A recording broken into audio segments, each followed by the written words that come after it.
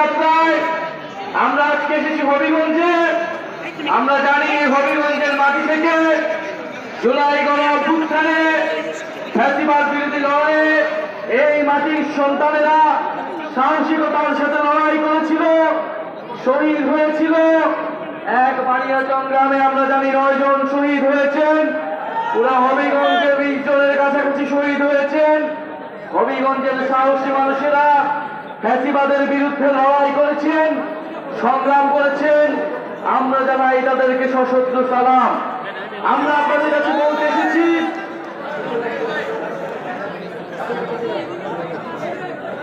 আমরা হবিগঞ্জবাসীকে জানাতে এসেছি আমাদের লড়াই শেষ হয়নি। আমাদের এই যুদ্ধ মুজিববাদ এবং ফ্যাসিবাদী বন্দোবস্তের বিরুদ্ধে যে লড়াই আমরা জুলাই আগস্টে শুরু করেছিলাম, আমরা নতুন বাংলাদেশ চেয়েছিলাম, সেই লড়াই এখনো শেষ হয়নি। কারণ আমরা আমাদের আকাঙ্ক্ষিত নতুন বাংলাদেশ পাইনি। প্রিয় হবিগঞ্জবাসী, আমরা আপনাদের কাছে বলতে এসেছি জনগণের পাশে আমাদেরকে আবারও দাঁড়াতে হবে। এলাকায় এলাকায় যে দুর্বৃত্তায়নের রাজনীতি আবার নতুন করে শুরু হচ্ছে, মুজিববাদকে পুনর্বাসিত হচ্ছে, চাঁদাবাজ দখলদারিত্বের রাজনীতি ফিরে আসতেছে, আমাদেরকে সেই রাজনীতি ঠেকিয়ে দিতে হবে।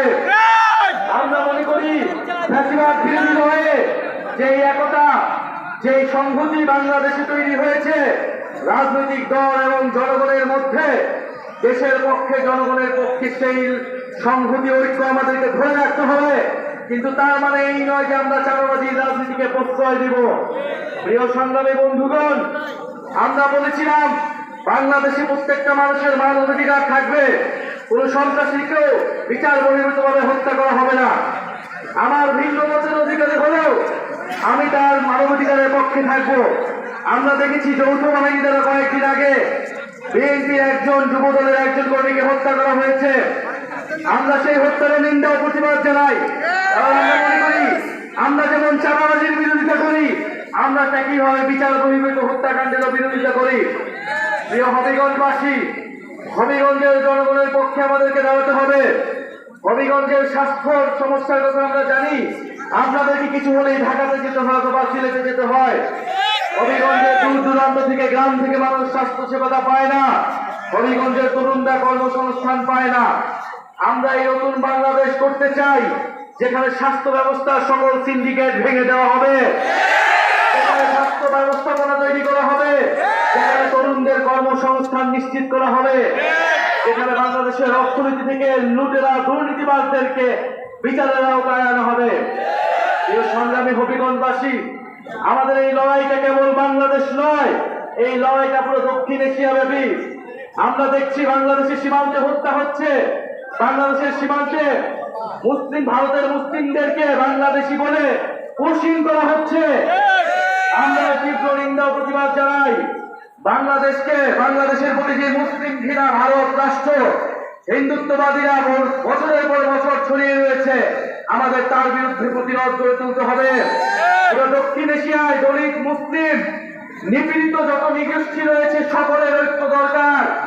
এবং আমরা বলতে চাই দক্ষিণ এশিয়ার সকল দলিত, মুসলিম এবং নিপীড়িত মানুষের ঐক্য আমরা গড়ে তুলব। বাংলাদেশের মুসলিম, দলিত, নিপীড়িত হিন্দু মানুষের সংহতি আমরা গড়ে তুলব।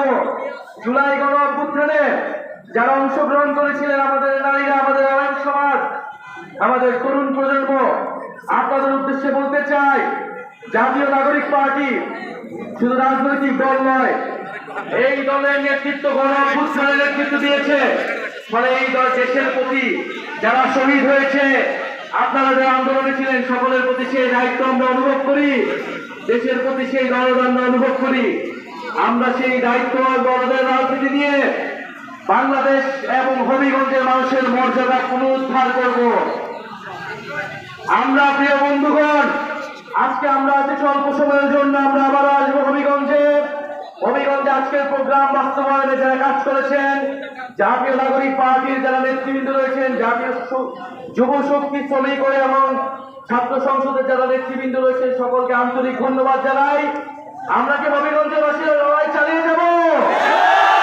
অবস্থায় মুগ্ধ